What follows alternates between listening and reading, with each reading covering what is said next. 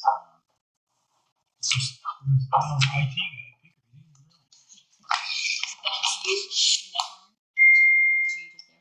Like if Jill starts talking, she should come on. Okay. But so should the owl and us talk. No, listen, we're up there. We don't come on here until someone else talks. What do you have a speaker view? Because usually we have the grid. Correct. Yeah, that's okay. That's what she's asking. Right. Thanks. So we don't have anything to add tonight, so we'll move on to the public forum. This is an opportunity for citizens to briefly share comments and concerns with the board about matters not already on the agenda.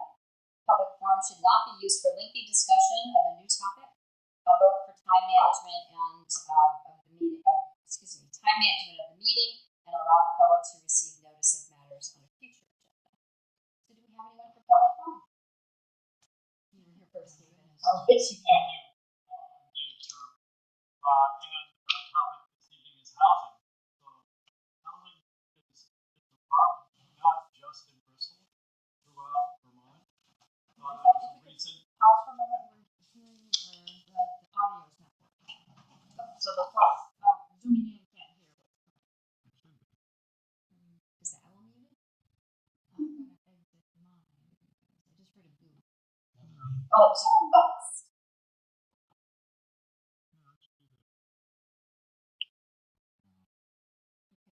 Sounds no words. Testing 1, 2. Testing. Hear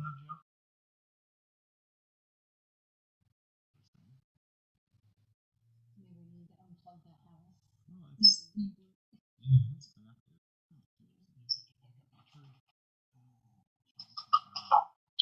I was bringing books. This is what I do when you're not here. Bear with us for just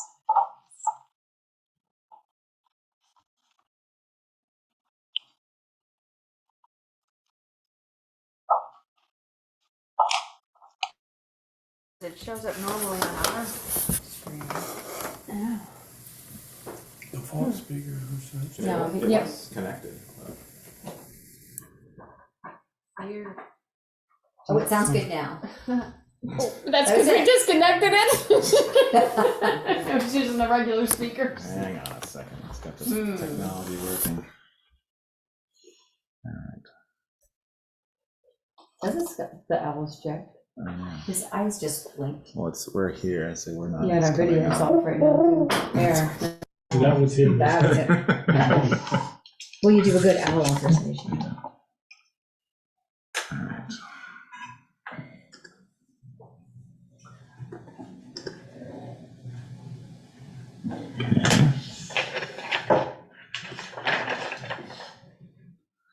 Can you hear us now? Right. Nods. Somebody, anybody out there, just Give it a thumbs up. Yeah, give us a thumbs up. Phil's giving us a thumbs up. Okay. So before I let Dave go, I did jump an item on our agenda, which is the overview of the Zoom meeting operation. So please just make sure that you are, you have your sound off. We'll have our sound on, if you can have your sound off. And if you can make sure that someone in the room, preferably myself, recognizes you before you speak. So thanks so much. And now we'll move back to public forum, and David, please pick up where you left off. Or you can start from the beginning. Start from the beginning. So I'm Dave Sharp, and my topic tonight is housing. So housing is an issue in Bristol and in many communities across the state. We saw last week, last week, the report on unemployment in the state is at 1.8%, an unbelievably low number. Employers can't find help, and people want to move to Vermont, and they can't find housing.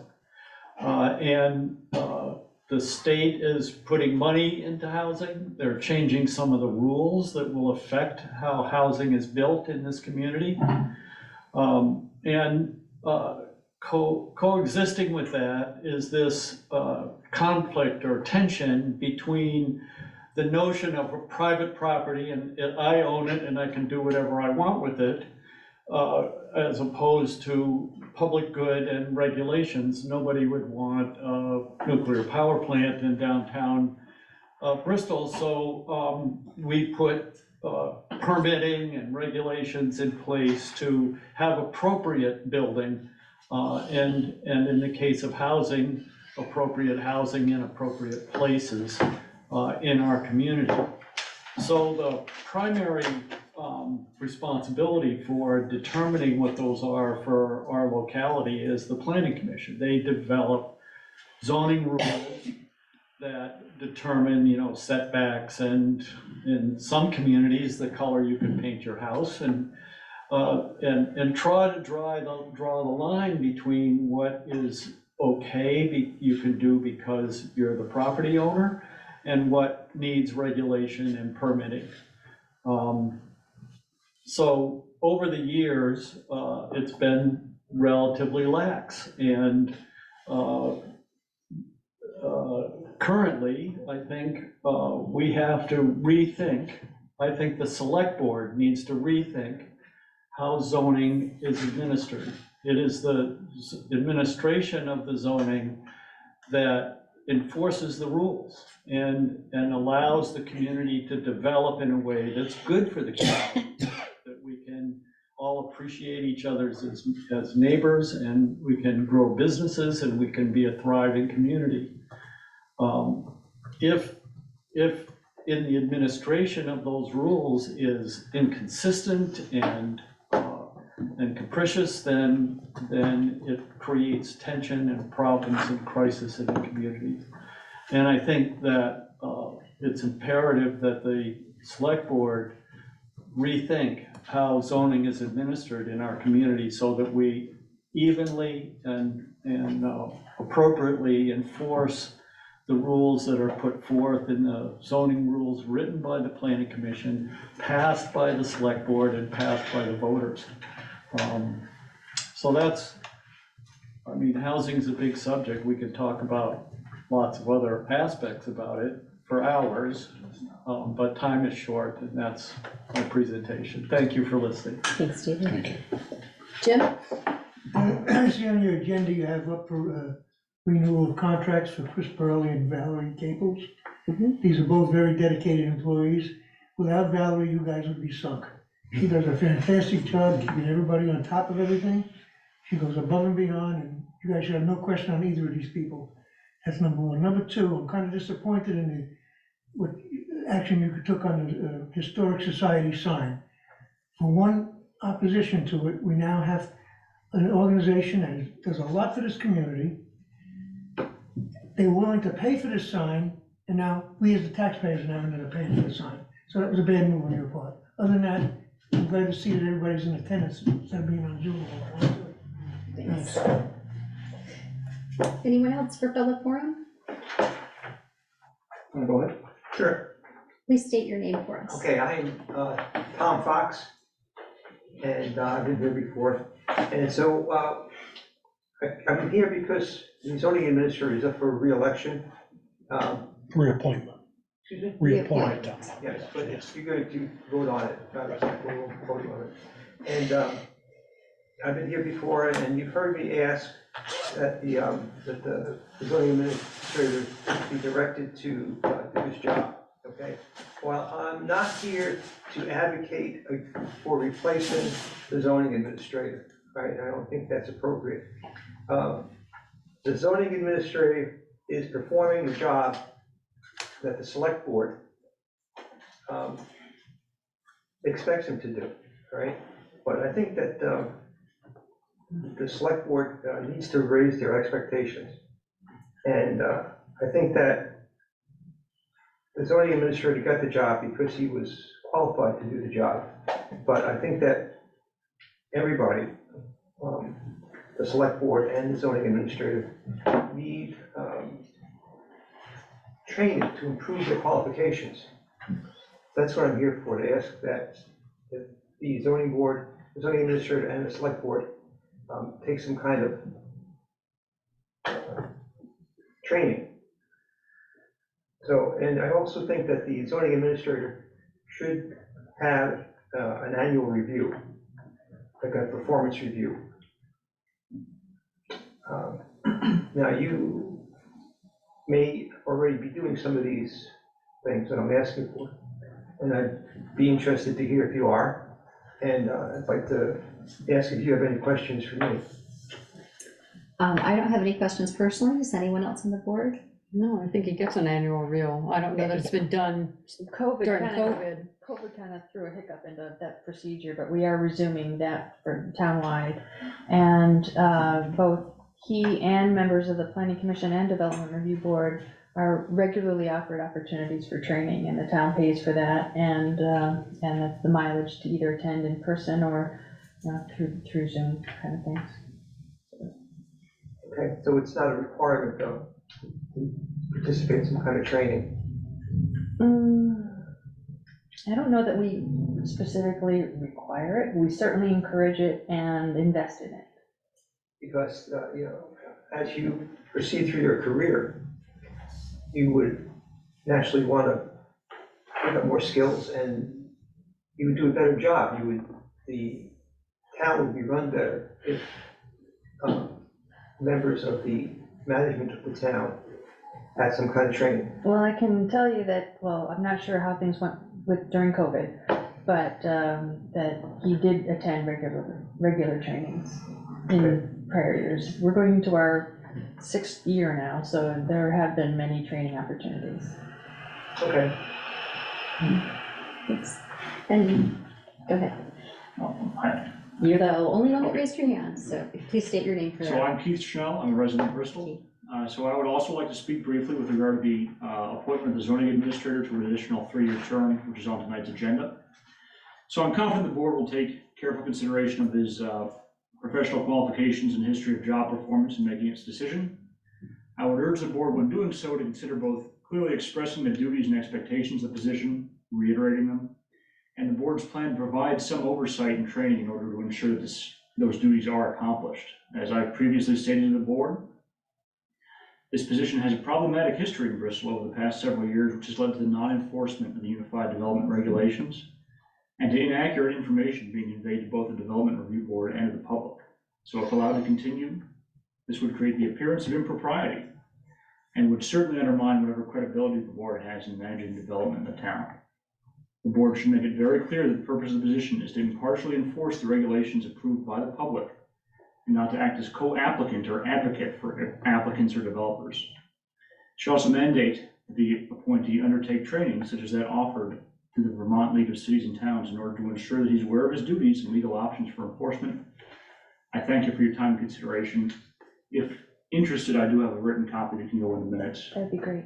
Thank you. Thank you. Thank you. Anyone else for public forum this evening? Okay, thank you very much. Thank you all for speaking this evening. And we will move on to department head roundtable. Eric, you're in the room. I'll put you on the hot seat first. Not much really to emphasize. Our excavator is down. We have a part that was leaking hydraulic oil, and come to find out that it is going to be a week out through the company. We may have another source that we may be able to get it tomorrow, but if that doesn't work, then it'll be down for about a week or so. The new guy is in the 2nd week of CDL training. We're just continuing ditching, flushing culverts, grading the normal stuff, mowing roadsides, the normal stuff. So we've been working with Starksboro today and tomorrow, drawing sand with them, and then they're gonna come down with us and they're gonna help us finish up drawing our sand. So, Thank you very much. about it. Thanks. Eric, how many weeks is the CDL training? If I remember right, the last time we did it, I think it was around either 8 or 10. So it'll be middle of October, end of October before he's done. Is he there every day? Yeah, Monday through Friday. And this is in Barry, so he has to. Yep. So the class starts at 4 and is done at 9, I believe. So by the time he gets in at 2, and then by the time that he does a couple little things that I have him do, and then he leaves, and then the time he gets back, it's close to 10 by the time he gets back. So that's his 8-hour day. Thanks. Do we have anybody, we don't have another department head in the room, right? So we'll go to Zoom. Jill, do you want to give us a quick update? Sure. Most relevant, just finished the water read at the end of last week. We just have a couple little fixes to do probably at some point tomorrow when we free up. Sharon's still working through the bugs on the new handheld as far as getting it integrated with the computer system and getting everything in there. And tomorrow will be our first announced water shut off versus those that have been surprises from water breaks that have occurred throughout the project. So yes, tomorrow morning we expect to have this section of Pine Street from North to Maple shut off starting around 8 a.m. until an undisclosed end time, just because we don't know how long it will take them to get down and get everything tied in. So basically what will happen is after this tie-in of the new water line onto North Street, there will be the ability to put water into the new line on Pine Street. However, it won't be filled tomorrow, to my understanding. And the flow to Pine Street will not come from North Street for the next couple weeks while everything gets switched over. So you may notice a little bit of discoloration in your water just due to the fact that the flow is going to change a little bit. So instead of it flowing around the corner from North down Pine, it's going to flow around the corner from Taylor, et cetera, to fill North Street. So again, you might see a little discoloration because anytime the water flow and patterning changes, it stirs things up just a bit. Also, we have to open hydrants to see that water is shut off and open them to flush it as we turn it back on. So due to all of these reasons, you may see a bit of discoloration in your water along Pine Street. And the shut off, again, I don't know the duration, but if at the end of the day you don't have water and everybody's gone, call the office because that doesn't sound right. Thanks, Jill. Although Jill, if everybody's gone and they call the office, nothing can be done until the next day, is that right? Oh, they know how to get a hold of people in the town after hours. But I mean, in terms of correcting it, because all the kids should be gone. There are ways that we get calls about water problems all different hours of the day and the weekends. Trust me, there are ways that people will get a hold of us.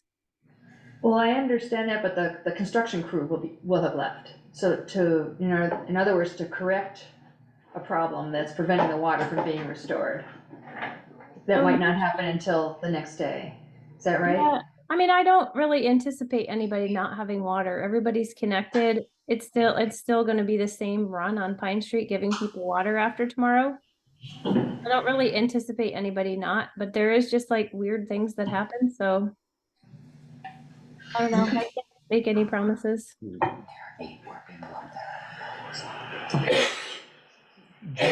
Jill, is there, can more notice be given than, I guess you guys put out the door stops this afternoon? Mm-hmm. I know Melton Health has already called me. They have to tell patients they can't come in when they don't have water. They'll have water tomorrow, but if they're the next section of street that's gonna be shut off, they need a couple days notice, they said. Actually, I think Jim Kirby's planning to attend our construction meeting in the morning. Okay, and I said, call Valerie, extension 5. Extension 1. Or 1, excuse me. Yeah, They'll get back to them anyway. Yep, that schedule is also determined, obviously, as was shared by the contractor and their schedule. They went a bit faster at getting the rest of the services in, so yeah. The tie-in with the valve on North Street tomorrow was we got informed of it earlier this morning, and it took time to write up the notice and get it approved and get it printed and hang it on doors with less than a day's notice. So we'll do the best that we can. I think the other pieces we have to keep I'm not blaming you. moving. I'm not blaming you at all, just, They need more than 24 hours. Yeah. At the back. They'd be hard trouble to call patients in the middle of the afternoon, you can't come in no more. Actually, I'd be pissed if they did that to me since I'm my pretty husband's sure been sick for I'm pretty sure Mountain Health gets their water off of Munsell, don't they? We'll explore that tomorrow. Yeah. Could Okay, be. there's only 2 feeds that are off of Pine Street and they go to the red building all the way over on the corner of Munsell. The rest of the feeds are off of Could be, Munsell, Joe. not Pine. You So could I be don't- correct. I don't think they're gonna lose water unless something crazy happens and we have to go up Munsell and shut a different valve. Jill, you mentioned that if folks see a discoloration in their water, should they let their tap run for a bit? Is it still drinkable?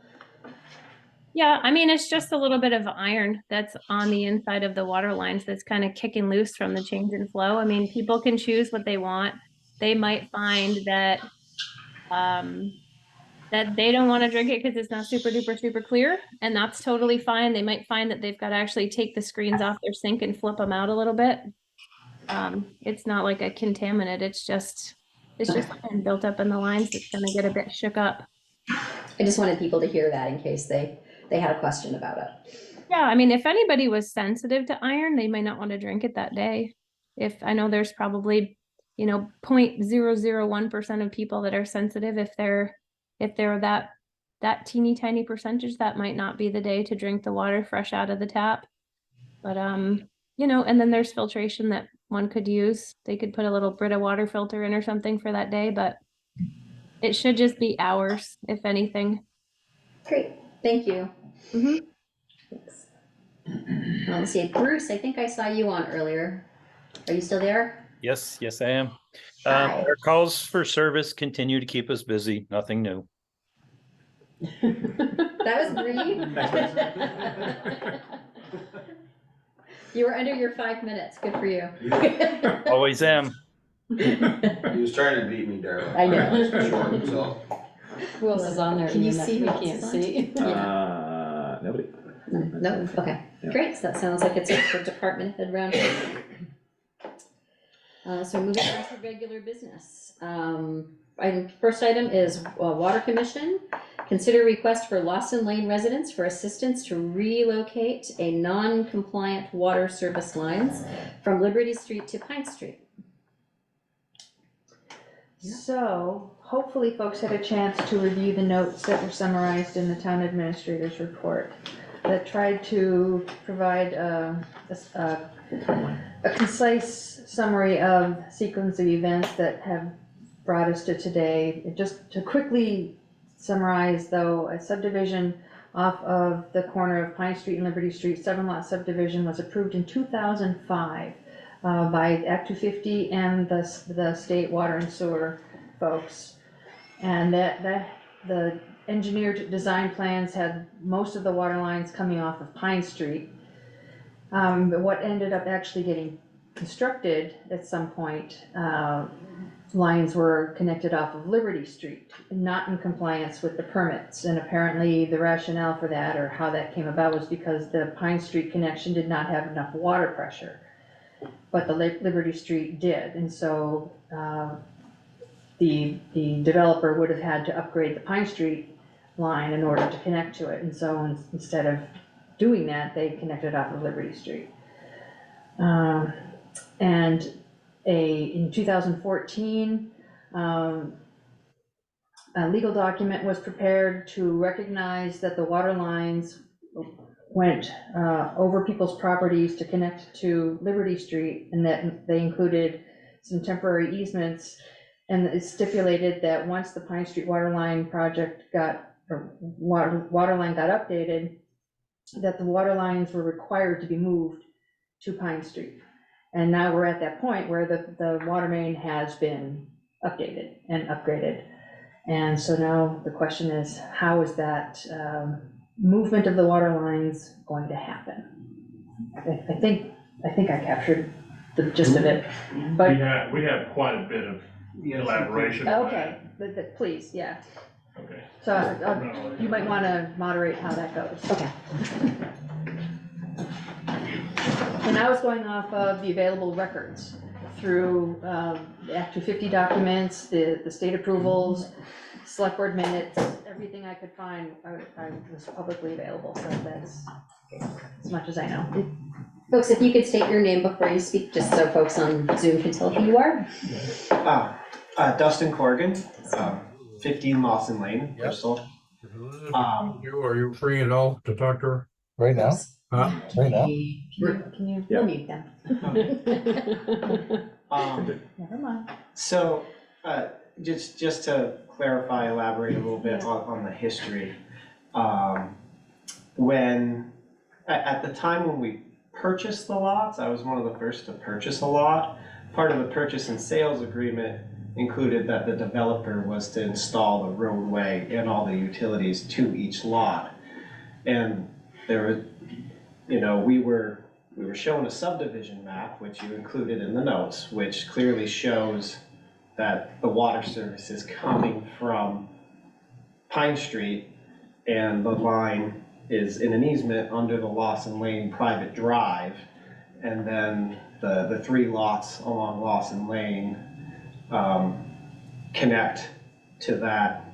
It's a 2-inch water main that's supposed to come off of a Pine Street main. And that's how our water was supposed to be served. And that's also what all the Act 250 permitting and the engineered design for the whole subdivision was based on. And then it was at a point after which lots were already sold and construction had began that the developer, with the town water person's assistance, moved them. And rather than installing it from Pine Street, installed them from Liberty Street, which in effect, you know, the Act 250 permit, they would have needed to re-engineer everything because it's not in compliance with it. I'm not an engineer, but there's certain setback requirements from water lines and septic disposal areas and whatnot that wouldn't be met where these lines actually are existing.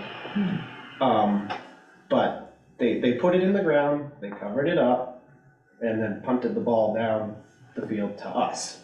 So fast forward several years to 2011, I think, when Michelle and Chad Curley purchased a lot that hadn't been developed yet, and they were looking to build and applying to Act 250 to put in a septic system and whatnot, and learned of the lines that were misplaced. That, you know, if you look at what the town approved and what we all were sold and bought, you know, you don't see those lines there. The lines are coming from Pine Street, but in fact they come from Liberty Street. They cross like almost everybody's lot. So it made it. I don't know how it all worked out for the Purleys, but it impacted their wastewater permitting and that whole process for them. And we have all been, you know, living with the problem is we didn't have easements for, if anything happened to our water lines, we didn't actually, the water lines serving our homes did not have an easement for us to access if we needed to correct anything, the maintenance or repair or whatever. So, that's when the amended covenants were created, which is a document that states that we're all granting temporary easements for where these existing lines are that shouldn't be there, but there are, and we need them because otherwise we can't live in our homes. We need the water. But the easements are temporary until the Pine Street line be improved to the westmost edge of Lawson Lane, sufficient to serve the homes on Lawson Lane. At which point we would need to install new connections as shown in the approved subdivision map and disconnect from the Liberty Street lines and extinguish those easements.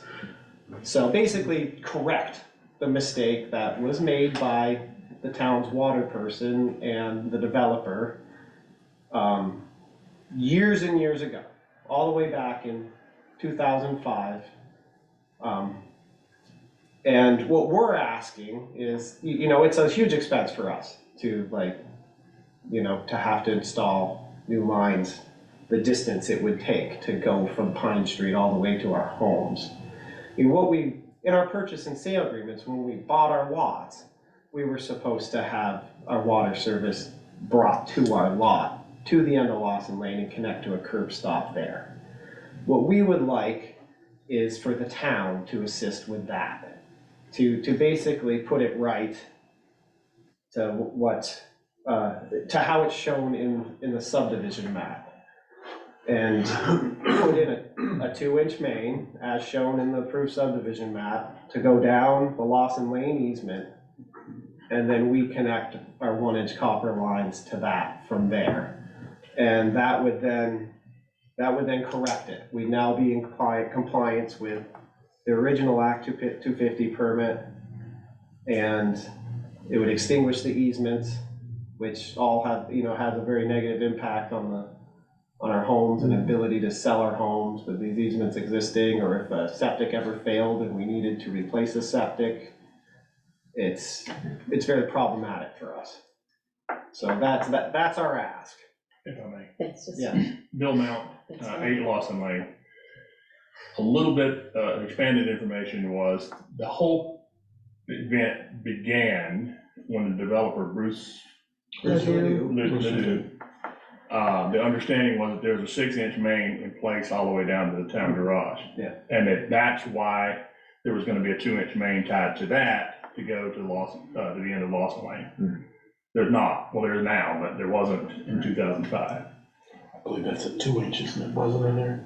2-inch main. Well, and, So in any case, it wasn't enough to service the 3 homes and the town, town property there. So the change was made.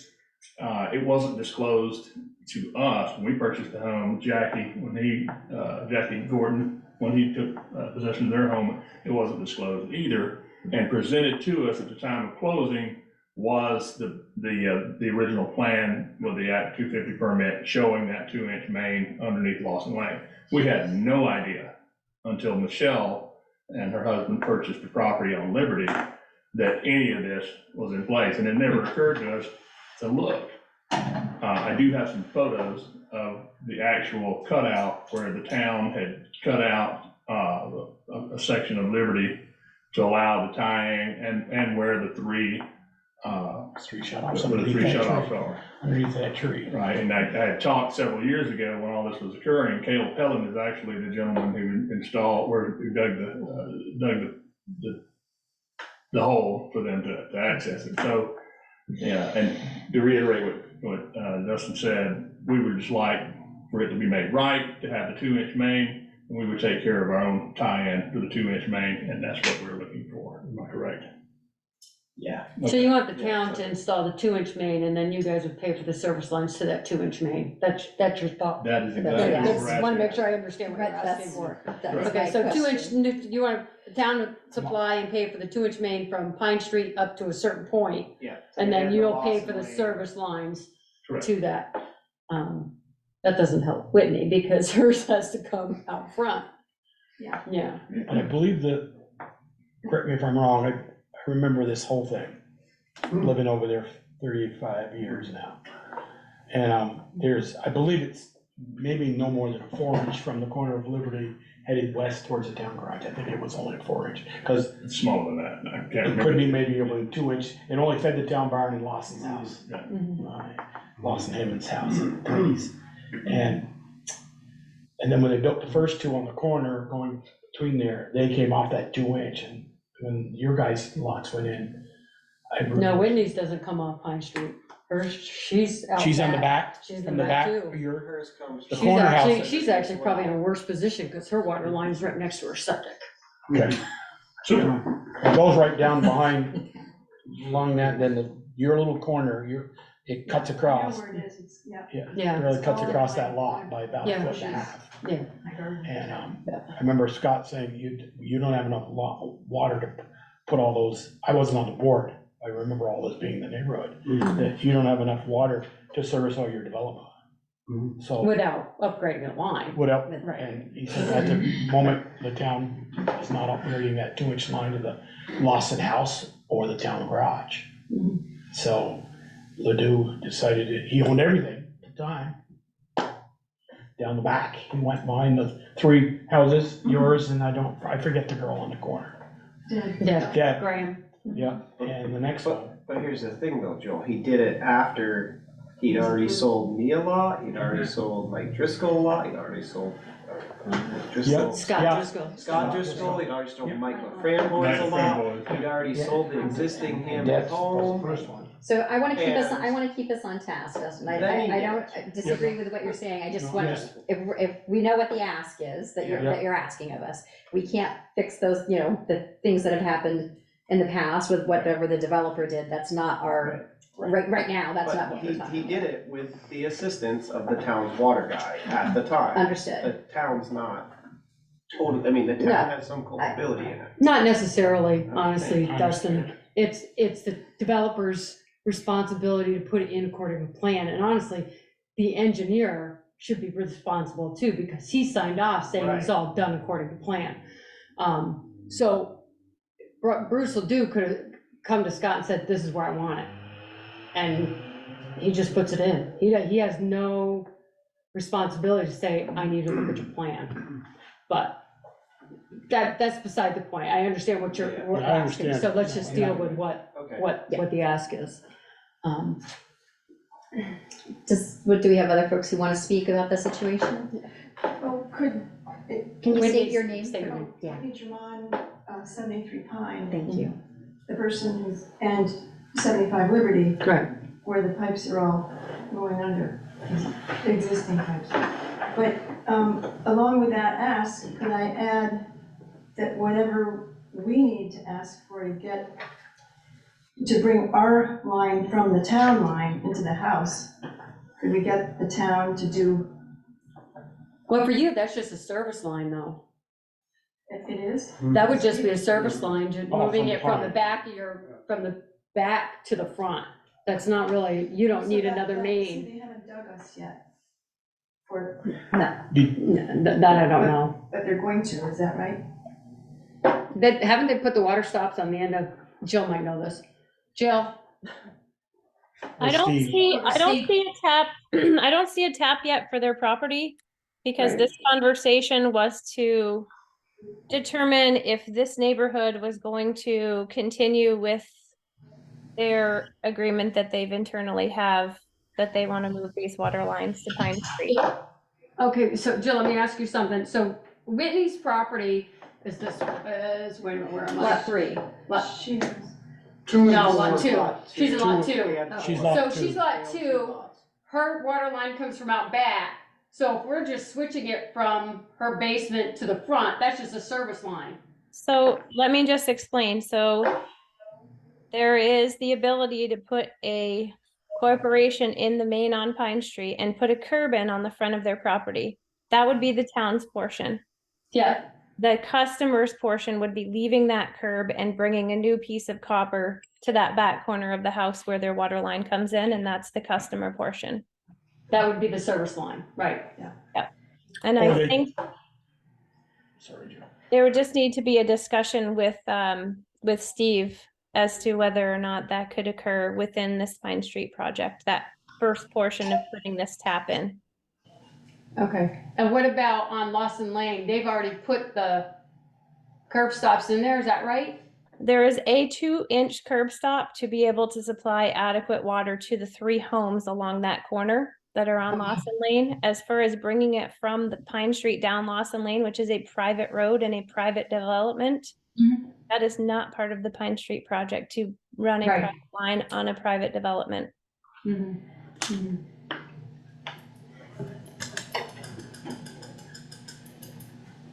And this sketch is a sketch that Jill put together illustrating what the 2-inch line from Pine Street down Lawson Lane would look like. Potentially. It would have to go all something the way like down? that. Not necessarily. It might just be able to go to the front corner of lot. Like down in here? You see where there's an FH on the right corner? It would be Yeah. good to have a flushing hydrant at the end. It just depends where that flushing hydrant could be located and not flood somebody's house out. Yeah, that would be Dustin, and I don't think he wants it there. That's where I'm saying, like, it's just flushing hydrants should always be at the end of any, what we would call dead end line. But if you were to put it at the, like, the end of, kind of the end of Lawson Lanes towards Dustin and Jackie's, and you put a stop there, they could bring their service lines into that, and you could put your flushing hydrant there, right? Yeah, I mean, it would So just there's have to already be. all the utilities that are located right there, Mhm. so the spot where we were originally thinking was right there where the others are as well. So just keep everything. Yeah, I just don't know if water can be next to power, can be, that, I don't know what those requirements are. Phone are all Yeah. right there on that sort of. I mean, you might have to put it on the opposite side of the road. I don't know that. Jill, do you know? If they've got power and that all underground right So there, the phone, power, right now, what I saw on DigSafe, again, I haven't seen utility maps on this as far as where internet and power and whatnot are buried. But I can see there's a power and a telephone line that go, if I'm looking at Lawson Lane with Pine Street to my back, the Yeah. left side has a culvert, it's got a telephone and it's got a power. So you don't want to put the water line over there. That's why the 2-inch tap off of Pine Street is on what I would call the west side of that end of Lawson Lane, so that it could be carried down that west side Lawson Lane and stay away from the power and whatnot that appears to be underground. But again, I've not seen a full utility map. Yep, okay. So if the town decides to do this, can it be added to? No. Okay. It cannot be added to the project cost because this is state and federal funding, and it Right. cannot be used to fund anything on private property. But it can, if we vote yes, it can be done as an add-on. No, we'd have to fund it. Right. No, I get that, but Munson could do that as It just a could change be order. part of, it just, no, But it not can't be build part of us, this. build the water department and not the project. If they have the capacity, they Okay. might not have the Right. schedule to do it. But since they're doing very similar work right now, we could ask Yeah. to see if it might be possible if we decide. Well, we'd also wanna know what the cost is. Right. Right. I mean, because once it's in there, you know, it's under private, we don't wanna be responsible for it. We may help put it in there, but then it's gonna be up to them to be responsible for that line. Who then? The three property. houses, the property owners. Is there there's a homeowners association? No. So that's exactly what we're looking for. We're not Maybe looking for the town to be responsible for the water line. Mhm. We're just looking for the assistance in putting it in, because it's thousands of dollars that we just, to be quite honest, are not excited about spending on something that was dumped on us. I like the way you put that. And we had no way of knowing that this was coming. So this, you know, I'm not pointing fingers, but a lot of people were involved and a lot of people knew that, and the town was aware of the changes, but it was never disclosed to any of the purchasers of the property. Honestly, Bill, the town did not know anything about it until we brought it up. Kale dug the hole. Yeah, well, I know that, but they had no idea what. I get what it. I understand. but, yeah, until we all brought it up, Yeah. that was Because when. Mr. Ledoux owned all 6 or 7. Right, he seven owned, lots. he owned that lot when he those put the lines lots across wherever there. he wanted to. While I understand He that, the understands. town dug the hole and let him put them into the water line on. He was a developer, a brand new developer, they didn't know, he wasn't in the know. Yeah. He was creating something, but had never done it before. What boggles my mind is how the engineer could certify. Because he That never they- showed his face there. So you But probably if got those checked are- for it, that's probably But why. that's grounds Ethical, for. not correct, but, Yeah. right. I think Yeah. it's also important to mention that Never met Michelle the is not guy. an owner of that Right. property any longer. I just want to make that clear for folks who may I not mean, the understand. other possibility is to go after his insurance, because he would have had to have insurance at the time, but he's now deceased. Deceased. I thought, actually, honestly, I thought he was deceased back in 2014. So, Do you know if, when this came to light, was any of this brought to the select board at that time? No. For any kind of conversation? So when it did come to light, I made a phone call and it's been a long time and I don't recall who I talked to, but basically I was told, tough luck. You know, the town has no culpability. it does, I mean, they really would say it's a civil matter. You take it up with the developer or the engineers, what probably would I have been had said. tried at one point years and years ago to find I remember reaching out to my title insurance company Mhm. to try to find a legal remedy. And my title insurance wouldn't cover me because at the time I bought the home, these lines Weren't put in. they weren't put in. So as of when what my purchase would have covered, and my title insurance would have covered, that the lines weren't in that. It was done after. It was part of Bruce's obligation to install all the utilities to the lot as shown in the map that was sold to me. Right. And then he went and did this, and the engineer certified it. And unfortunately, he's gone punted the too. ball down the road For us to deal with. So with the idea that the town would pay for the main and each property owner would pay to the house, so there are 4 lots, are all 4 property owners? Well, there's 3 lots out back, and then Whitney's is in the front. It would be part of that line. Okay, Whitney's would not be part of that line. okay. But the 4 lots total, each property owner willing to pay for the cost to connect to their service. house? Yeah, For the service? to Okay. connect to the 2-inch main, that's what we're To asking. the 2-inch main. We're asking for a There's only 2-inch main 3 to come down homes Lawson that Way. will connect to the To that 2 2-inch Yeah, there's service. only 3 that Right, will connect to and, that. and the addition of Whitney's, in terms of the change. Yeah, Whitney's right. will hook up to the Whitney's 6-inch. Right, but it 8-inch. still needs, a 6-inch. connection though, Yeah. because it needs to go It's an around, 8, it needs to go 8-inch on around the pine. back. the new 8-inch. Okay, But they would probably an engineer would probably say it'd be cheaper to bore a hole in the front of the foundation of the house and go in the front and do a little plumbing in the basement instead of going with K copper all the way around and coming from the back. I would estimate. But that's up to Whitney, That's yeah, up to Whitney, Whitney and your husband to decide. And You, then- you and Ed to decide which you want I'm to in do. the shortest That- distance from the that- front of the yeah. house. Right. I mean, that's almost what I would want to do. okay. So do we have other folks who want to speak on this before we move on? Yeah, I'd like to just mention that it seems to me that the engineer may be culpable for some of these damages. And I would suggest that the select board look into litigating against him. But he And died. unfortunately, we can't, we're not property owners on that. You guys would have to You do would have that. to- Yeah. Mhm. You as a collective group would have to do that. He's dead. Mhm. He's deceased, but Well, he's still- if he had insurance back then, Oh.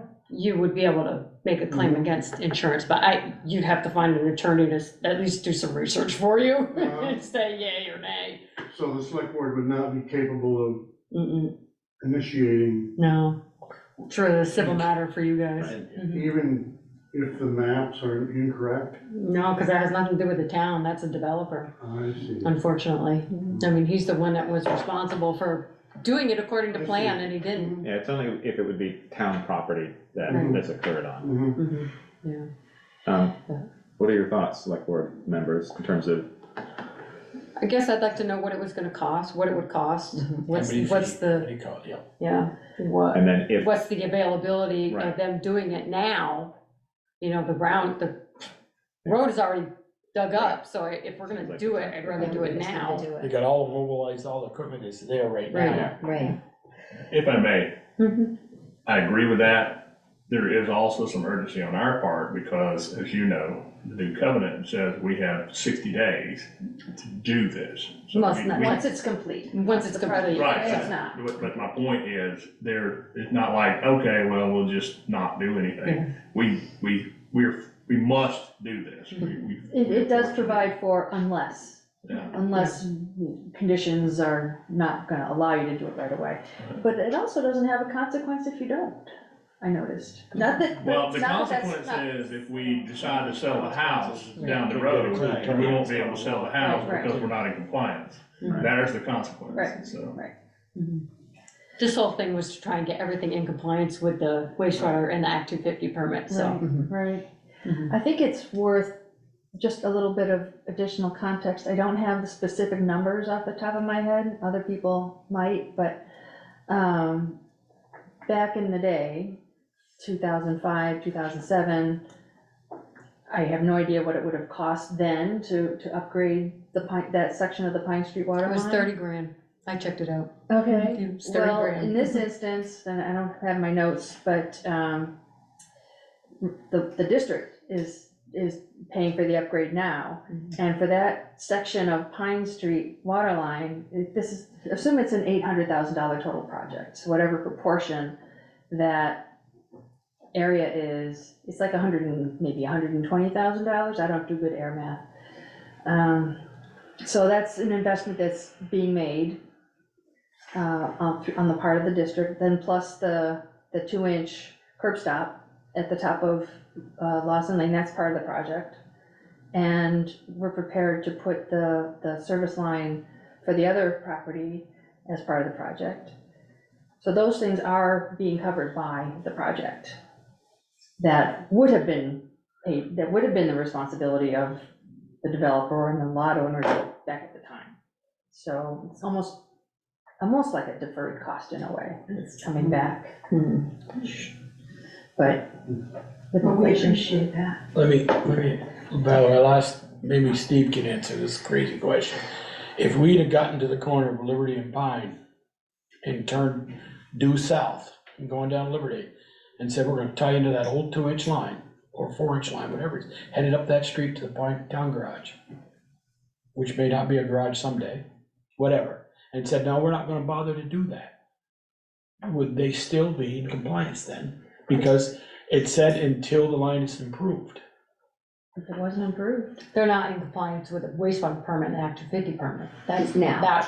Now, Even if what you say is true, they wouldn't be in compliance. because Because they got it- a permit with a stamp on it from Act 250. That says something different than what That actually there was is. a new line coming in from Lawson Lane, which never happened. Is that what you're saying, Michelle? Right, because the Okay. wastewater permit and Act 250 said, these are the plans. The water lines are gonna be connected down on Pine Street, and because that's not what happened, they're not in compliance with the permit. And as I understand it, from what I've heard, that even if folks wanted to try to amend those permits to reflect what's there now and kind of achieve compliance that way, that they don't meet separations, did I understand? Yeah, there's not enough, there's not enough setbacks between the septic and the water lines for them to be in compliance. Not only that, Not all of them. it crisscrosses through every piece of property Mhm. in that. You bring that other picture up, you can see it's a perfect example. Goes across Deb's and Ed's and the third house. It goes through 6 of the 7 lots, I believe. You see it? Yeah. Yeah, I mean, Literally that corner, it goes across. Well, it comes, Yeah. let's see, it comes up through here. No, it You know, stays on, it comes up it stays on It's like right Deb's. here, and then it crosses over, and then then it comes through here, and I don't, where it goes from there, I don't have no idea. It's a bucket of worms, that's Yeah. sure. So what's the process of getting a quote on that? Well, we're having a construction meeting tomorrow morning. Can we ask them? We can ask. Okay. So whatever it is, Well, you can always ask. I sense hesitation in your voice. Oh, we can ask. Okay. Okay. So that's our starting point, is we'll Yeah. make At it, least investigate. and we have to discuss where the money will come from to pay for it as well. Right.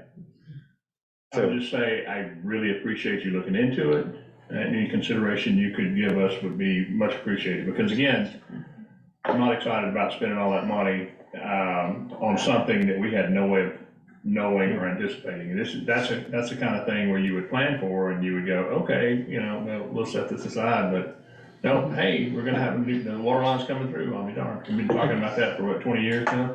Yeah. So, Joel could tell you. She's had 20 years to plan. that is incorrect. I guess from a town's point of view, perspective though, if we're gonna lay out some money, taxpayers' money, water users' money, then I want some assurance, a written agreement with the 3 lot owners that they will, We'll have to put out the responsibilities, that who's they will have to responsible do for it. what, Because, Absolutely no qualms. because I don't wanna, say, well, I'm getting water at the tap when I shower at night and flush the toilet in the morning, I'm fine. I don't care where it comes from, as long as I got water, I just wanna make some Well, I assurance. think that agreement that you Yeah. have, the 2014 document, We have to. kinda, You got to. yeah. Great, so we'll gather more information and bring this up at another meeting. Yeah, bring it back to us. Thank you, So yeah, everyone. pricing and Thank you. availability. But isn't time a little bit of the essence? Well, they're gonna, No, it's not finished yet, and I consider Pine Street, myself, being a Pine Street resident, will be done after they finish paving it next spring. when it's paid, Patch paid by the end of October, 1st of November, it's still not Well, done. also, with the curb stops being installed to the edge of the Right. right of way, they're there. So that takes the time pressure off in terms of coordination with the project, because once they're there and outside of the right of way, they can be tapped at any time. They can be connected to the service lines at any time, or vice versa. The service Without lines can be disturbing- connected to them. Without disturbing a Without paved road. Right, correct, Right. exactly.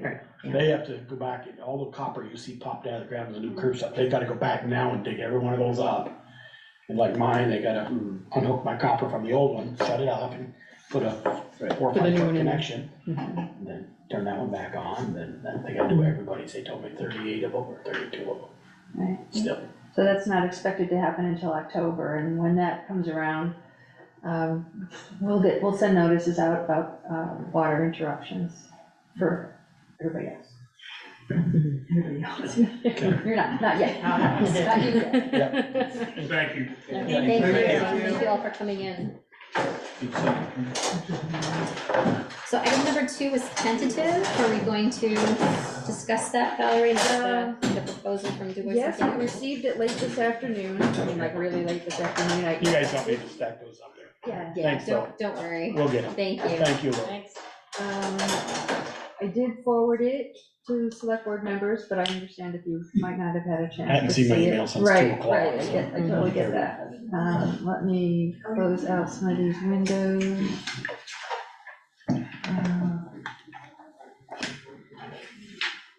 And just to quickly, they presented a very detailed scope of work. I'll share my screen.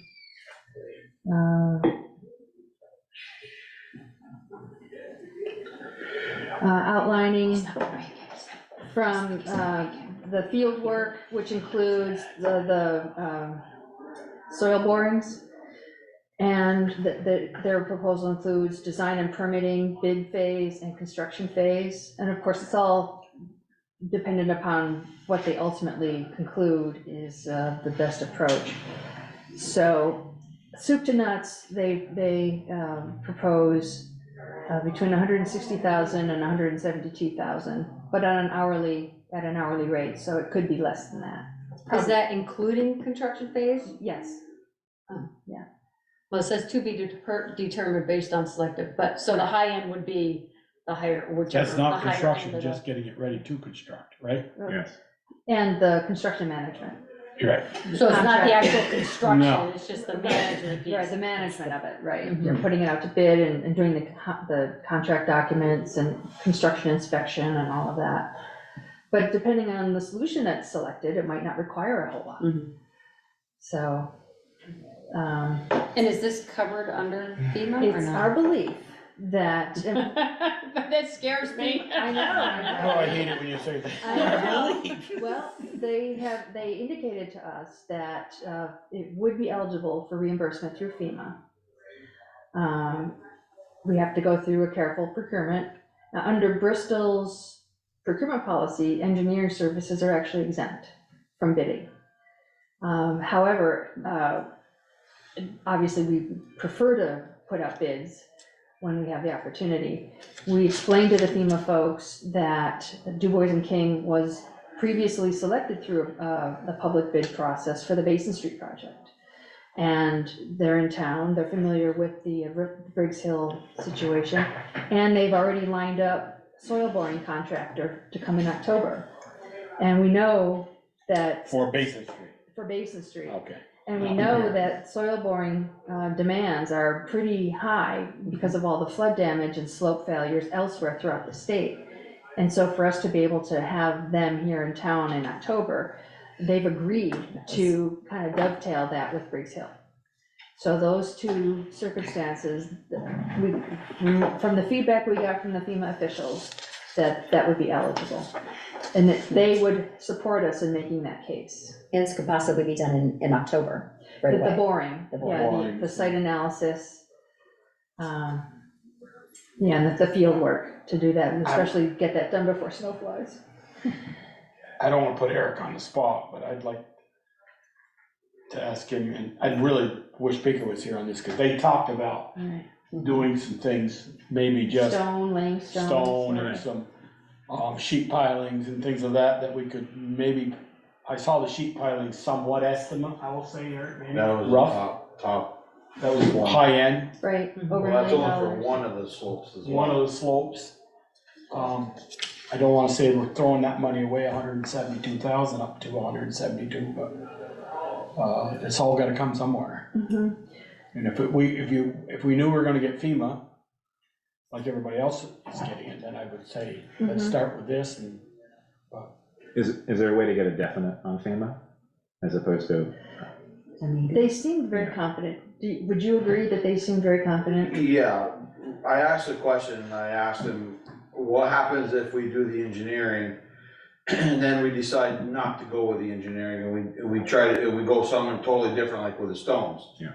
And they did say that that would still be eligible for FEMA funds, even if we didn't go with what they recommend. Yep, and Frida was on that call also, so she heard it. With as well. FEMA. Yeah, and this was last week, last Yep. Thursday. And they. I feel better about that. Yeah, and Makes me feel a little better. the two FEMA fellas that we're working with, they seem very motivated to work very closely with us and to move things along as quickly as possible. They feel that the Briggs Hill situation is very urgent.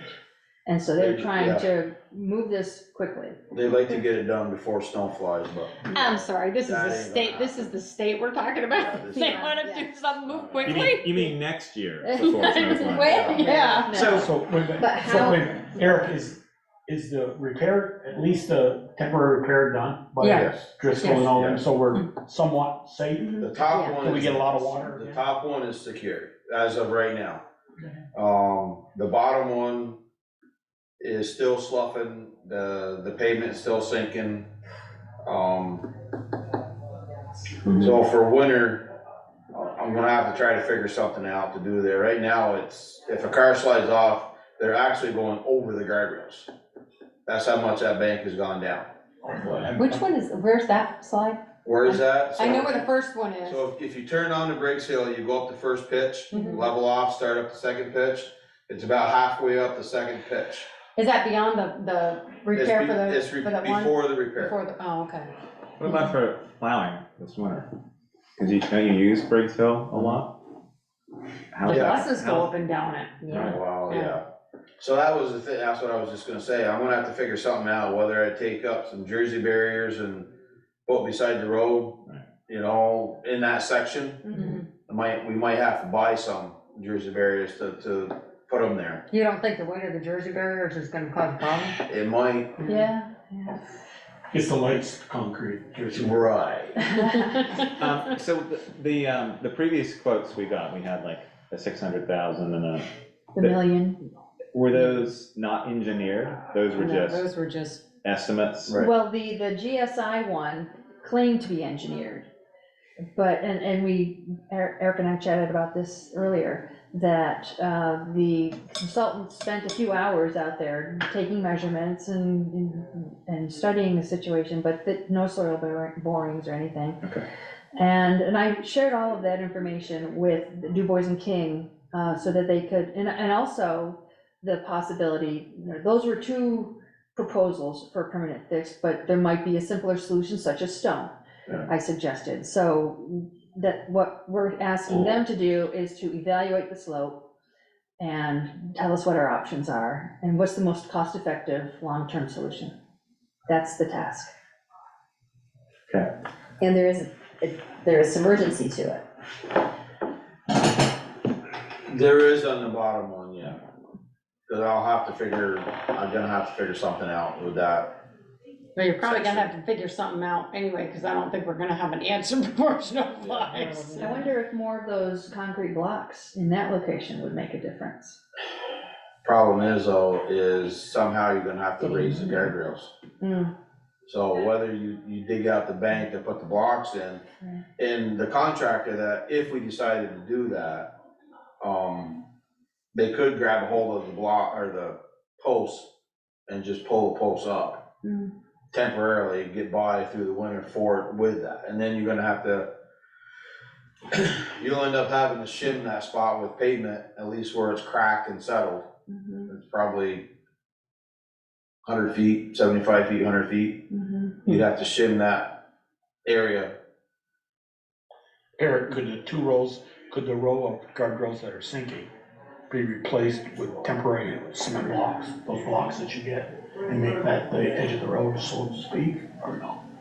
Is there enough? You mean like the bank temporary area? blocks that we have up there now? I haven't been up on, sorry to say. I haven't been. They're the same ones that we used up on Upper Notch. Okay, yeah, something like that. Couple of rows of those stacked instead of the guardrail. Instead of putting the blocks behind the guardrail and raising the guardrail, take the guardrail out and put the blocks right where the guardrail is. Is that possible? Is there enough? I'm more worried about the weight of it and Yeah. So That's what I was if it thinking rains too. or whatever. What about just making the, like doubling up the guardrail in like a custom fashion? Can you just add on to what's there? Does that offer enough protection if you did two heights of it to give protection for any kind of car coming down there? You could, if you could get Lafayette to come in here and dry the poles. You said they're out by They're, months? yeah, I've got a call in them now. Okay. To do it. They don't know when they're gonna get to me. Starksville has had a call into them now for, what, 3 months? They're just, because of the flooding and everything with the guardrails gone to other places, they're just booked solid, and they're the only ones in the state of Vermont that I know of that does guardrails. What about some custom thing, like one of the metal fabricators or something locally? To do what? To add in another layer on top of guardrails that are there. I was trying to think of something lighter than giant Yeah, I concrete mean, blocks. but isn't the problem also that the pavement is, Yeah, the pavement pavement is drop probably this dropped. much. so it's not just the Pavement. guardrails, it's the pavement, yeah. So, and the guardrails are hooked to the top of the post. On the front face, but they're on the top. Yeah. So if you wanted to get another W beam on there, you would have to fabricate something that would attach to the posts that are there. Yeah. And then you probably could do another W beam. I think you need to brainstorm with Peaker, let's get back on track. Yeah. So it's not very popular, definitely not very popular, but should we make it one way, just down? I was thinking that, can we close it off? I mean, didn't we have to do that last year? What's that? Didn't we close Briggs Hill off? For the winter? I can't remember, I thought Or we for a did period of time? I thought we had it closed off and they had to come down. it was discussed when When Glenn Du came, Bois, that was one of their when they alternatives. presented, that's right, yeah, that's when. I don't remember closing the road. Oh, God, I remember us closing. Something. We closed because there was they had to have a turnaround somewhere Yeah, up there for the bus. If we were gonna Oh, I we were do gonna remember close that the road for conversation. Du Bois's thing, we're gonna need a turnaround below Little Brian's driveway. Right. I thought we did that though. No, Yeah, Oh, no, that was what we it was were gonna need one of the to do proposals. oh, okay. if we were closing the road. And it still is a possibility. We may have to do it. I'd have to get in touch with Lincoln to see if they'd be willing to, plow that section of Briggs Hill for us. Yeah. Cause if not, then you're talking, we gotta go all the way up Lincoln Road, Atkins Road. Right. Right, Mhm. well, let's assume that we're I not didn't mean able to close, do I repairs meant up there, right? not Because going this up isn't it, time just before coming the down it. winter comes. I don't think. we'll have One time way, to do it. make it one way down, so they don't get on over that, near that guardrail. You could do that, but you know as well as I do, You're They're gonna go up. people are gonna go up. And Yeah. if you got it barricaded off to one lane, it is what it is. If they go up and it says, only one way over, and they get into a, You Right. say do not enter, right. Yeah. one way, do not enter one way. That's their I mean, I fault hate though. to for wait not till closing. there's That's a what I mean. problem before we close it. Right. So I guess the question is, when do you make that decision? When do you say it's not stable? I don't know the criteria, I'm asking the question, I'm not being.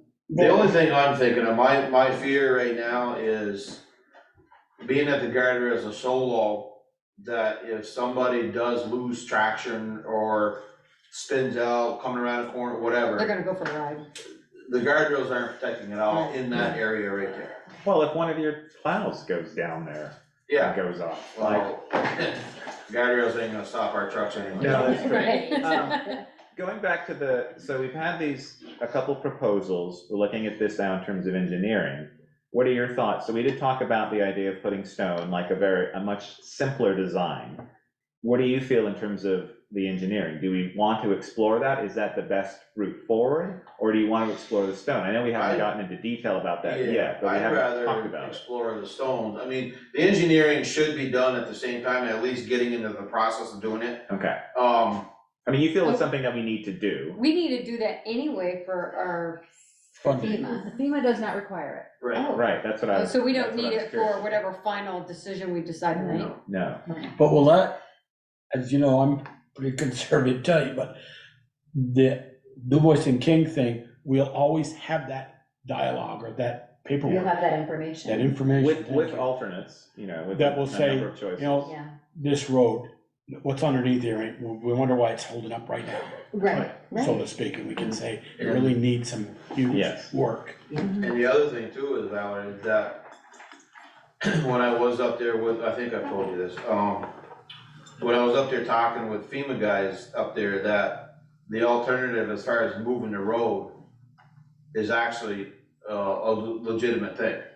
So if FEMA determines that moving the road over to where one of Du Bois's concept was, is. Oh, into the bank or up.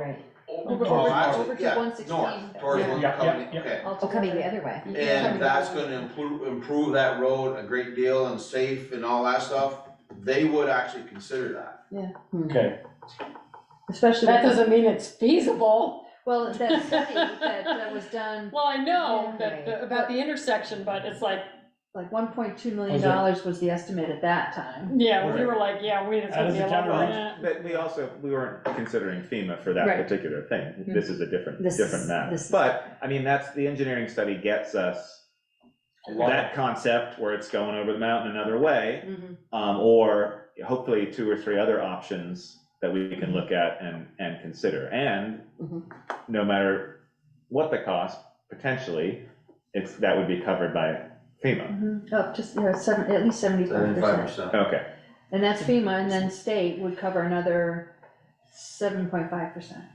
So we'd be on the hook for what? About I don't do math. 18%. I know. Yeah. So it has to be that- I can't 17 do and it a in my half head. percent. Yeah. So every So- million, every $1 million you got 170 out of your own pocket, Yeah. 175. So it's, what I'm hearing is that we're most likely in favor of going forward with the engineering study. That's what I'm hearing from this table. Is that correct?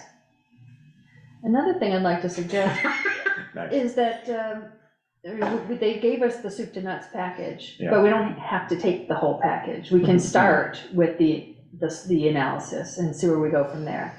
We don't And need we to can toss the decide salad, not to go we'll just have the some sandwich of the and others. soup, right? Say that again? We'll just have the sandwich and soup, we don't need to Exactly. toss the Skip the salad crackers. and the, Yeah. and the dessert. Yeah. Well, and I Dessert, also but like dessert, though. what Michelle said about getting Peaker's input on this too. Mhm. He might have- Yeah, I still wanna go up with Beaker and Mhm. mull over the stone part of it.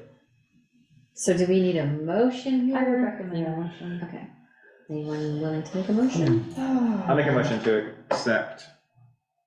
Du Bois and King. What's there? Rebecca? Yeah. What was there? I guess it's a proposal, the Boys and Kings proposal. Yeah. What are they calling it? Briggs Hill Slope. Briggs Hill Briggs Hill Slope. State Yeah, make a evolution. motion to approve the Boys and Kings proposal for the Briggs Hill Slope. Let's see how they framed it. See if they put a title on it. Analysis. Analysis. Way up at Thank the you. top. Engineering services, I'm just reading it off here, off the agenda. Right? There you go. There we go. Yeah. See, I'll that's make a just what it motion. says. I know. So FEMA covers this, we hope. Yeah. 100, not 100% though. No, 75 and plus. Plus 75. Oh, 37%, same with right. that, so it's whether, the same for the engineering or the construction. Both, Okay, all of that, yeah. They consider it the same, part of the same package. I mean, if we don't do this, it's just really looking at the stone, that's our only option, right? Or whatever. Because no matter what, Him and Peter anything, might come up with. right, anything other than that, we're having to engineer anyway. Yeah, if you're gonna go with the geostabilization or the sheet pilings, yeah. Yeah. But that Or presumably a the combination of both. Geo or GSI would do their own engineering, so they said. But there would still, if we recall, their proposal was just for their small part of it, relatively small part, and they still expected town The town still materials, had to town do a staff, lot of town, stuff. yeah, a lot of Right. town I mean, input. given what had been previously discussed with the stone, it'd be nice to have Du Bois and King look at that too and have that as an option. To engineer and hopefully know that, oh yeah, something like that'll actually work. Yeah, You know, exactly. Peker felt fairly confident with it. Obviously, he has experience, he's done that Right. before in other areas in the town. Right. So it would be nice to have that option be part of that package from them, that's as how I- opposed to something where it's, you know, something far more complicated. Right. As we've seen with those previous proposals. Right. In other words, we shouldn't expect to automatically gravitate to the most complicated, Yes. highly engineered Yes. Solution. That there might be a simpler solution, and I included that in how I framed Which is it. good. I'll second his motion. Okay. Oh, thanks. So we have a motion and a second. Any other discussion before we go forward? All those in favor? Aye. Aye. Speakers not here. Okay, item number 3, consider award of contract to update Bristol's local hazard mitigation plan. I am going to ask that this be continued to the next meeting. I was this close to being able to put together a recommendation, but this morning's unexpected need to send out water shut-off notices kind of took up that time, and They don't, no more explanation. Number 4. Yeah, Don't need number any more. 4. If we want to put it off, put it off. That's fine. So number 4, consider renewal of town administrator Valerie Capel's 3-year contract. So moved. I can't say that fast enough. Right? And vote on that fast enough. So all those in favor? Aye. Aye. Thank you, Valerie. Thank you. And I would say, thank you. Yes. You put in an inordinate amount of time into your position, far more than what you're compensated for. But the work that you've done, as Jimmy stated in public, is unbelievable. Yeah. And your dedication to the job and the amount of work that you produce weekly is sort of staggering. So we're incredibly lucky to have you as our administrator. When I see emails at 10:05 Right. on a Sunday night. On a Sunday, I'm yeah. going, I'm not doing town business on a Sunday night. Right. I read all her emails as soon as I get them. Sometimes I just can't respond because it's like, okay, I'm leaving out the door. Right. Yes, thank you very much, Yes. Valerie, for all of your work. It is my pleasure. Thank you. Consider reappointment, so moving on to number 5, sorry. Consider reappointment of zoning administrator for an additional 3-year term. I'm just gonna ask the question, why doesn't it have the name? It doesn't need the name there. What? It just says we're Oh. appointing a zoning administrator. I know who the My oversight. okay, just oversight, that's all. I added my name at the last Right. minute. Okay. It's like, oh, I mean, his name zoning isn't there, but it's not in administrator the, Chris it's not in the Crowley. title, yes.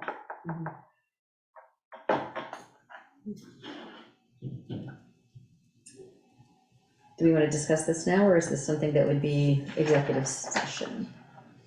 So, Are we going in can I executive jump in session? one time? Can I just interject something? These people that showed up have one incident that they're complaining about. Don't let that cloud your judgment.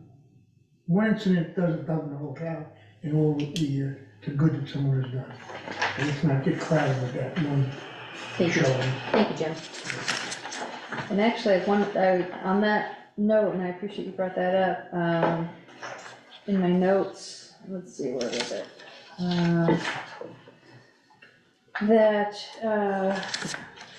In terms of the overall number of permits that get issued every year, in 2021, there were 53 and 57 last year, and we're up to 34 this year. So in the scheme of things, you know, there are that many other applications to get that processed and approved that are smooth and don't draw any. I mean, I'm aware of 3, Executive session, Michelle.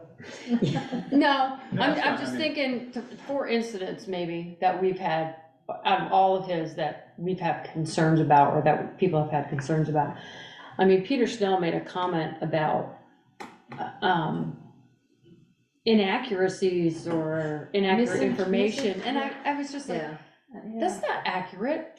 I mean, he may have felt like that on that one permit that he was dealing with, and not in general. I mean, I have to say, zoning is complicated, it's not easy, it's not black and white. There also are I'm just not gonna- a million people out there trying to do the job. Well, no, and the decision that just came out, Kevin spent 10 hours on that decision, and he does not get paid for that, and he's an attorney. Can you imagine if we did not have an attorney dealing with these kind of things? I mean, I'm thinking to myself, thank God we have him, you know, as the I can't chair. believe that's not, yeah, we're not paying him to write those decisions. Right. I mean, And we may need to reconsider that. Because- I'm fine to make a motion to approve Chris for another 3 years. I do feel that, as mentioned by some of the audience members, that a little more oversight and a little bit more information to the public and to select board members would be useful. Well, maybe that becomes maybe having him doing a report, you Right. know, at the month saying, I've had these many permits applied for and Yeah. issued, you know, because I know he keeps track of Yeah, what and you he's done, can, so you can even go if to he. the front office and you can look at the permits, and I Right. know people who do that. Right. But it would be nice to have it in a little bit easier form to be able to read and look at. But I also think people need to take responsibility as well to look, say, okay, the zoning board's having Sure. a meeting, or the design review board, or Right. development review board. They need to pay attention to what's going Right. on around them as well, I mean. Well, I also think we're gonna wanna, I don't know if monitor is the right word, but like as David said, things are changing in zoning right now, and it's gonna affect how things are done and how we look at zoning, and knowing that Chris also has a couple other jobs for us now, we might wanna just keep an eye on what, you know, and ask him, is this enough time? Like, are we giving enough time? Do you need more time to do this job? Do you need more time for training? You know, we're gonna wanna keep an eye on. Let me go back to on what David said too, you know, it's like, I didn't want to interrupt him and didn't want to get into a big discussion with him, but he needs to show up at the planning commission meeting, because they're changing the zoning regs Right. now. Right. You know, if you want input on what's being changed, you need to be a part of that. I That's attend not every us. town meeting, every meeting where the zoner and public, and nobody from the public shows up unless they have a particular issue. Right. The planning commission right now is working with the state and with the Addison County Regional Plan Right. to get things straightened out. Right. So. Make the changes they need to make, and Exactly, these laws people. are gonna be straightened out, so, you know. I mean, there's always things that you miss so that you could make better. And when you're so involved in it, sometimes you get tunnel vision, you don't see it. So somebody from the outside could say, well, It's really helpful. we really need to. Yeah. I mean, You know, But this could affect fix that. and unfortunately for Chris in that position, if something is missed or is done incorrectly, it's a big thing. It's a very noticeable thing. He's Especially. sort of the face of it. Yes, and you know, or it's something that's a permanent thing that takes a very long Right. time to change, if it ever does get changed, and so it's just unfortunate. You did say it's like zoning's not black and white. With zoning regulations, it should be very clear, that's the whole point of having those regulations. That it's either, you look at the regs, you look at what we're allowed to do from our zoning regulations, and you make that decision. So that's the idea of having those regulations there, but I think a lot of it, especially for the Garfield one, is the visual appearance of it, which the zoning regulations have nothing to do with. And you can't. Mistakes were made in terms of size Right. and in terms of allowing that, but if that property owner had everything in place and was all correct and the sizing was done correctly, he could have put up the exact same building, looking exactly like it does, and I'm sure we'd still have people complaining, and we have nothing, we can't control that. You know, we could work towards that in those discussions, but then it makes it, I think, it's a little bit tougher to do things, to get down to specific things. You can only use this paint color, you can only But use see, the windows here. unfortunately, by statute, you can't necessarily control that. You can't Right. control that, You unless have you're in, some, you unless can you're in like make a development. recommendations, Right. yes. So, like cities like Manchester. Yeah, I mean, I have don't know if you zoning read and Kevin, the decision, but I mean, reading through what he had to look to this, then it came back to that section 10, then That's back to this, and it kind of, and I went, oh my God, I don't even know how you kept that all straight. Right. You know, but that's kind of the stuff And that, that's, to me, and that's is just hard. one case. That's just, right. Yes. Right. Yeah. And which was a little I mean, more that- complicated because Right. of some of the mistakes that were Yeah. made, But I but think yeah. Ian hit it right, that on Garfield Street was more about not the size of the building, it was Well, that was a 120 problem feet, too, but because it 120 wasn't feet in bigger than it should have 200 been. square feet. 200 square feet. bigger. But 200 square It feet was bigger the first and type of second building, floor. and the type of building in this, the Yeah. upward of the Well, building. there's what the regulations are, and then there's what the public opinion of what it Right, should have been, exactly, which are two very different things. We can think something should be a certain way, but if that's not the way the law's written, there's Right. nothing Chris or anyone else can do That's about right. it. And I can tell you that, that decision, it was a good decision because it focused on the application, it focused on the mistakes that were made, and it focused on information to the community of what they can and cannot do, I guess, you know. I wanna be fair to all of our department heads though. I'd like to, if we're going to executives, are we got an executive session tonight? We do have an executive session. I don't feel we need to do it for this. I think No, I just think would so like, either. because usually this is Valerie's bailiwick, so to speak. Eric is department head, she reviews him, goes over his review, and he does his help. And then brings it to her and how he does. Yeah. And, you know, and Meredith and Bruce, Yeah. and I'd like to hear, you know, if we've had a review of these, Okay. you know, that's where I'm, Okay. that's where I'm Since I going. didn't know, but I'm working toward that, but I also check in fairly regularly. Right, I'd like to hear that, you know, yeah. With Okay. Chris and others, but specifically Chris to keep on top of things. I do like the idea of a report. I think that's, like you said, it's a more concise way to see. He's a department head. To see what's going on, you know, so Yeah. that, you know, I mean, I didn't know there were 53 applications that came Right. through, I wouldn't have known that. Right. So I think that's important information for not only us, but for other folks to know as well. I mean, the only way you can find out really is if you call Chris, or if you come in and Come look in and look and at you the look at board. the pile of papers. And I think I'd love to see that. I'm sure everything is electronic in some respect, so something where a monthly report, something like that could be sent out, or even quarterly. Like, you know, zoning permits, how many Yeah. decks, how many residents, how many, whatever. Or even the ability to Or subdivision. look at those online in some And I way. I think know we're working towards improving our website, and I think that could be a part of that as I well. think we've had that discussion about getting more of his stuff online, so. Yeah. You know, that would be a good thing to do. Another idea is when the public hearing notices go out, to also put them on Front Porch Forum. Oh, yeah. Because folks don't notice that something's going on unless it directly hits them, but who's gonna be looking at the porch. the legal notices in the Addison Independent all the time, looking for something that's affecting them? Right. Or somebody gets Right. excited about their neighbor's building when they're not really Right. buildings, or, you know, something like that. So that's another thing that they can. Okay, so I'm gonna jump, did you make an motion? I did. Okay, I'll second the motion. Okay. So we have a motion and a second. Joel, you mentioned hearing from Val in executive I session. don't have a problem with proving it, Okay, but I'd like to hear sure. the good and the bad, Okay, the yeah, I ugly, wanted if to there's check. any. Okay. When she has it. Yeah, I don't have anything for tonight. Okay.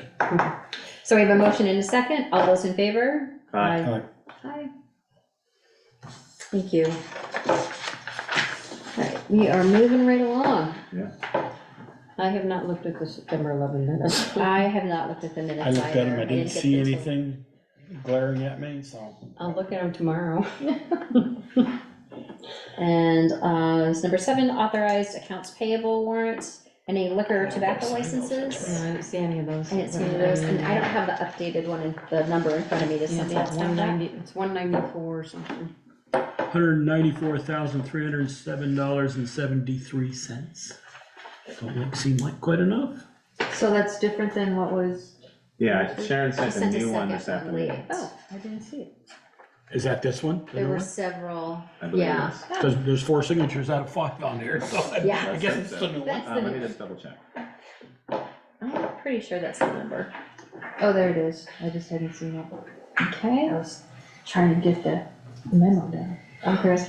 So number 8, select board round table. Michelle. I don't think I have anything, other than thank Eric for letting me calling him all the time when I have an issue. Anytime, anytime. Thanks for being available, Eric. That's right. Ian? Let's see, I'm working on the bus shelter still. I'm working with, the Act 250 amendment For the, over here? for over there. Well, I see they already started. They already started doing it.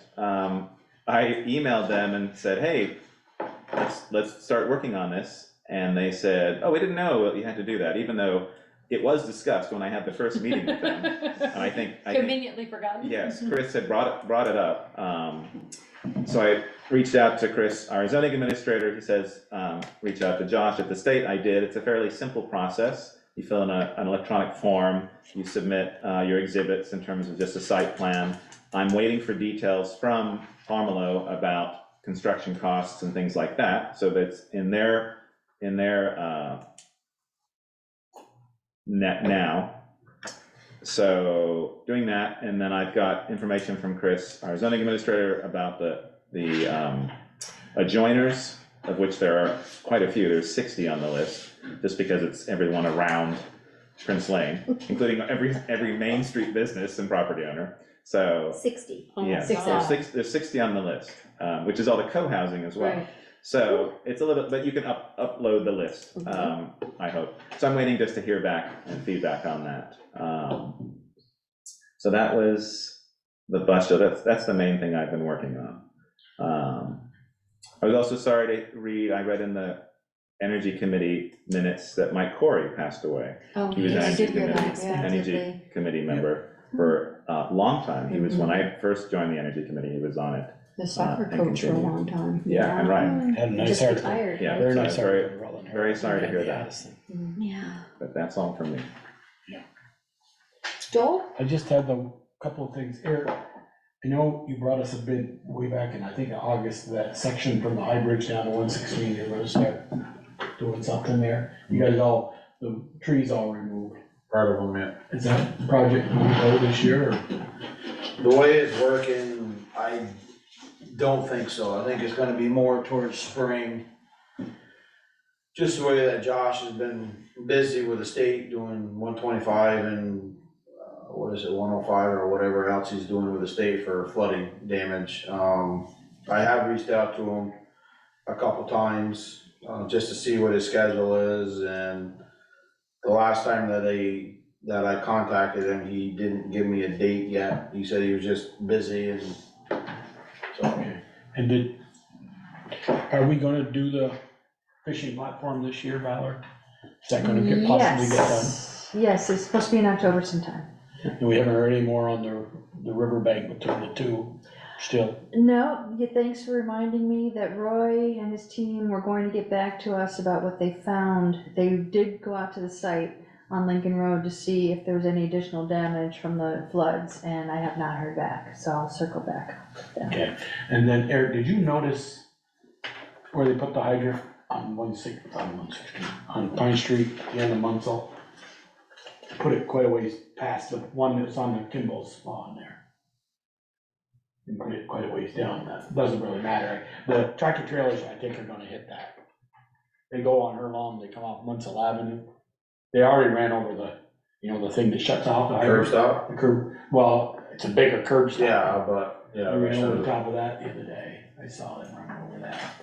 And did you see the earth, the pavement there? Yeah. Broke away quite a lot. I don't know what's settling in there, but. It got undermined. My guess is when they put the valves in that intersection, Okay. it undermined the pavement, and they gotta go back and tie into the. Oh, the street still. Yes, so I've mentioned it to Steve already, and, we're keeping an eye on it, and then, I'll see how it looks after they get done tying in. I don't wanna say anything quite yet, cause once they tie in, they gotta dig up that anyways again to tie in, so hopefully it'll be fixed. I chat with them in the morning when they're greasing their machine. They seem to be nice guys. Yeah, they're really good to get To work along with and accommodating and. They accommodated me because they said, you gotta get that bus out? I said, yeah, around 1:30. Goes, you might wanna get it out before then, because we're gonna dig yours up in just a few minutes. So I said, okay, thank you. So, but that's all I have. I just want to congratulate our rec department on a fantastic festival from accounts that I heard. So I wasn't in town that day, but I heard great things about that. I wish we had more parking when they do things like that. I know. Because I tried to go into the store and it's like, there was There's no nothing. parking, yeah. It's like, That's oh, always the God, this issue. was going on right now. Parking garage, I keep. You could just get a temporary second story over, you know. over by I the have one store. additional. Today I added the, our declaration of inclusion that we signed in 2021 in June. I've added that as its own page to the town website, and there's a link on the front page. And I've also added a link into the driving equity toolkit that was produced Nice. by Porter.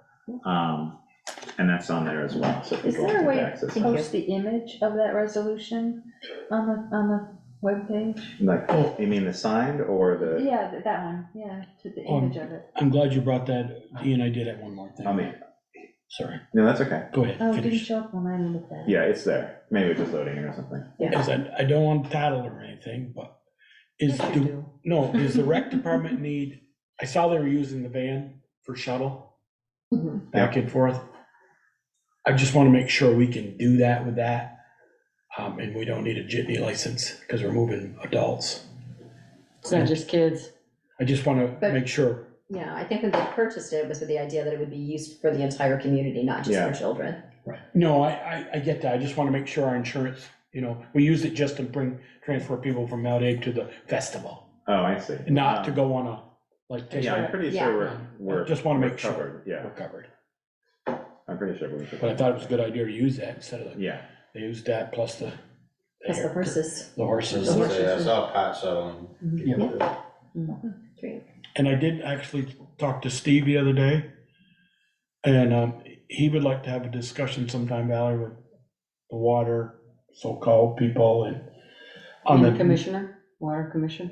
Water Commission Okay. and you and Eric on the next 3 or 4 streets they're gonna be in. Mhm. Now it looks like it's gonna be 2026, he said, You possibly. mean the construction? Right, because planning will be 24 and 25. You can't get the money till late 25, he said. So you can't put it out to bid till early 26. But, because I mentioned that Eric and I had a conversation about Maple Street's getting pretty bad Munsell too. and Munsel's getting pretty bad.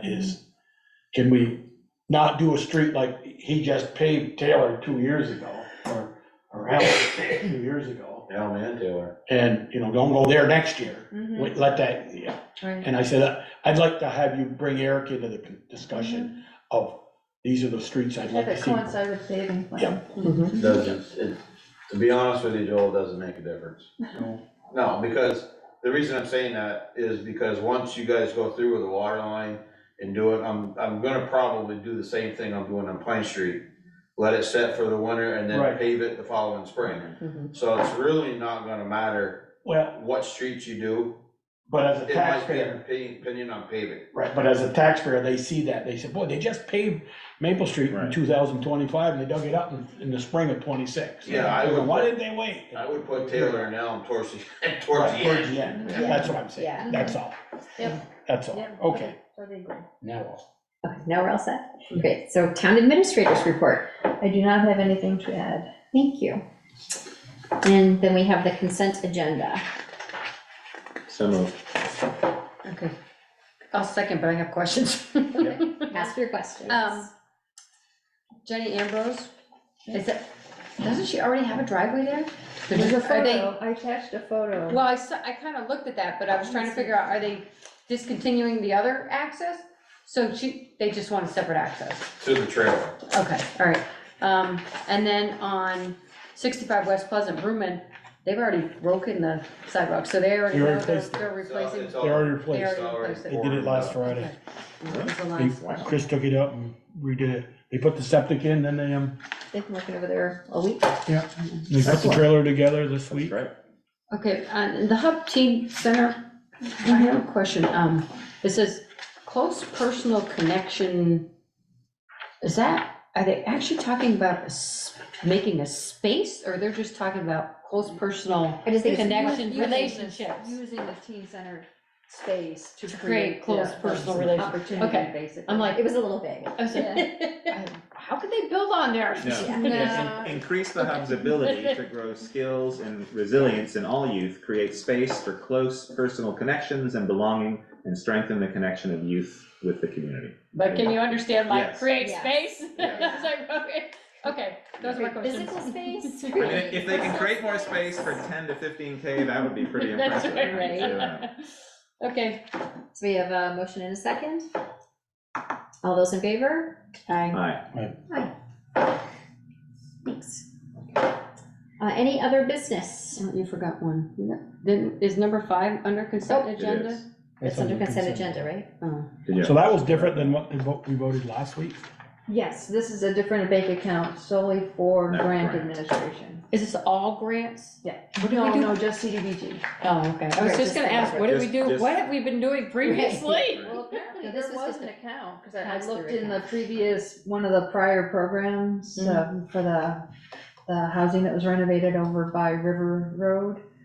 And I looked at the bank account information there, but that was with People's United, Right. which went away. Mhm. So we had to. So for this particular one, is it solely for this grant, or is it for grants of this nature going forward? Grants of this nature. Okay, I'm great. hoping that the account can just be static and just sit there for when we need it, Super. Oh, And it can be for any grant money. if required for not, because Right. it's not interest bearing. Okay. And if it was an interest bearing account, Yeah. then we would need to pay the interest to the state. Right. So, cut a check for $5 or yeah, whatever. no, we don't have to do that. Okay. Great. Is there other business?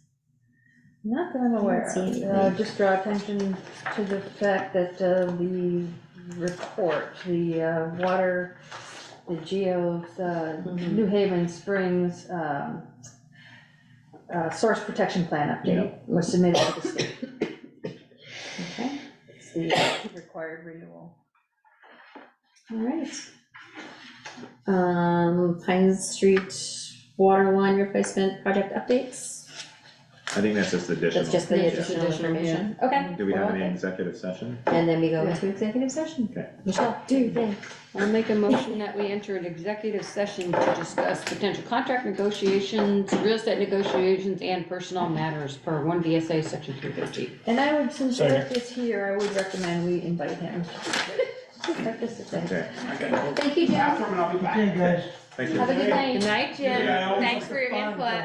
Jimmy, I always Second. like to hear you, state your opinion Sliding and up provide the chair. feedback. Well, the one thing I do is, with all these commissions No, that's easy. that I go to, Yeah. I rein them in once in a while. And I tell them every time, do you check with the select board? Because there's things they wanna do, like the energy commission, you gotta keep an eye on them. Because into this climate change nonsense, and it's gotta cease. That's not their original mission. So now I spoke to somebody the other day, oh yeah, we're gonna follow our original mission. That's all. Good Good night, night, Jim. Jimmy. Okay, guys, take it easy. Okay, how you feeling, all right? Okay, can I just make a quick? Yeah. No, Let's stop. hang on. No, wait a minute. So let's- Until we're Thanks, done. anybody who's still online. Yeah.